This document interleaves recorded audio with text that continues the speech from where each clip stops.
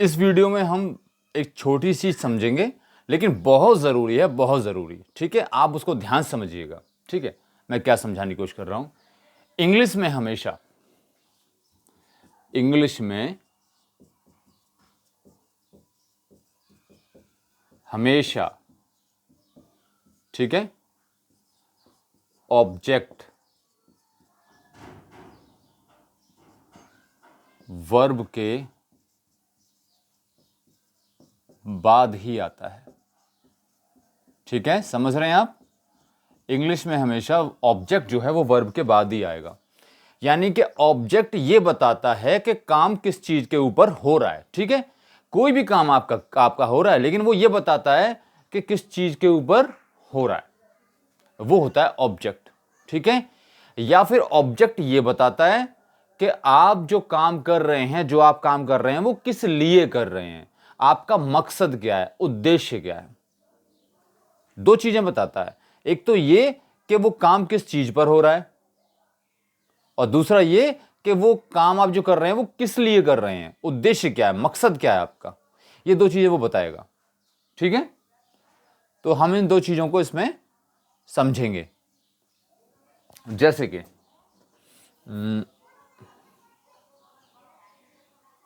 मैंने बोला खाना लेकर, ये बोला मैंने, तो जाहिर सी बात है इसमें काम कौन सा है, काम है लेकर।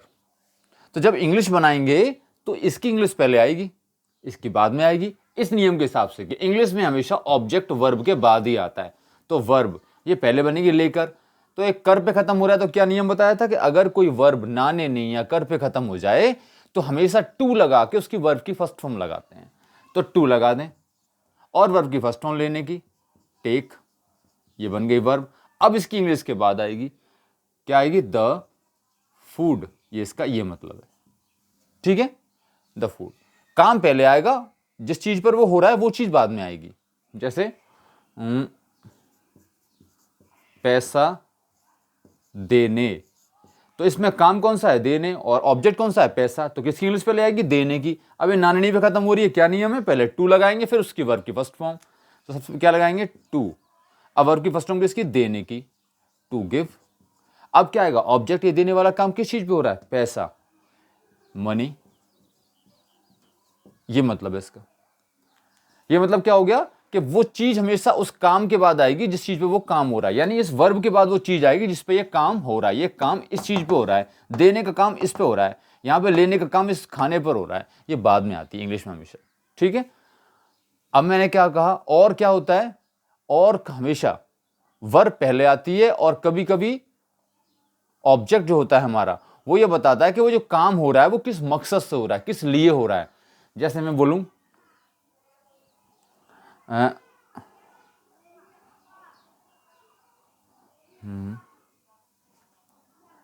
खा पानी,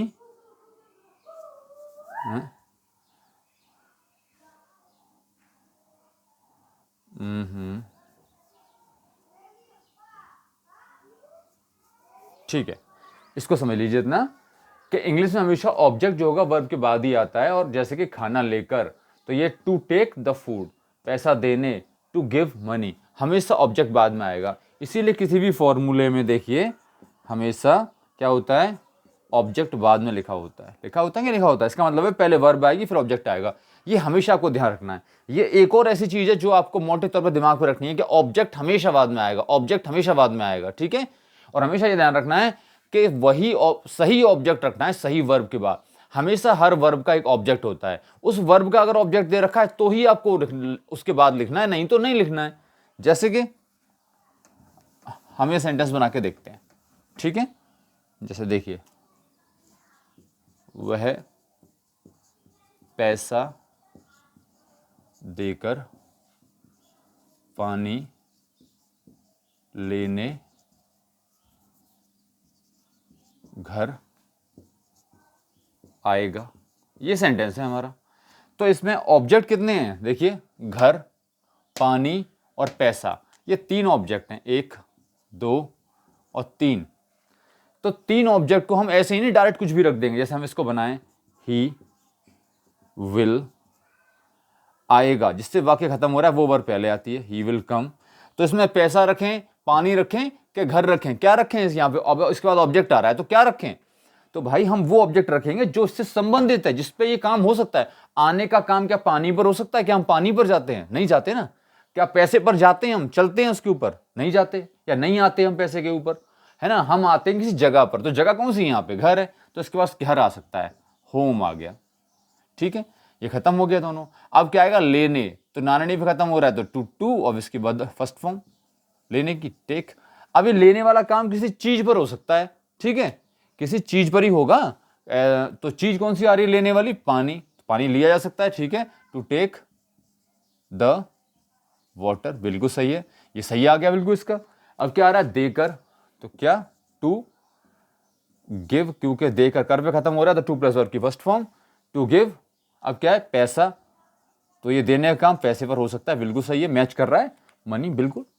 पैसा एक चीज है, इसको दे सकते हैं, ठीक है, बिल्कुल सही हो रहा है ये। ऐसे हमें करके मैच करके रखना होता है, सही ऑब्जेक्ट सही वर्ब के बाद हमें रखना होता है। मैं एक और एग्जांपल करके आपको समझाने की कोशिश करूंगा, और आपको ये बात समझनी है, ध्यान रखनी है सही इंग्लिश लिखने के लिए, ठीक है। जैसे वह घर आकर गीत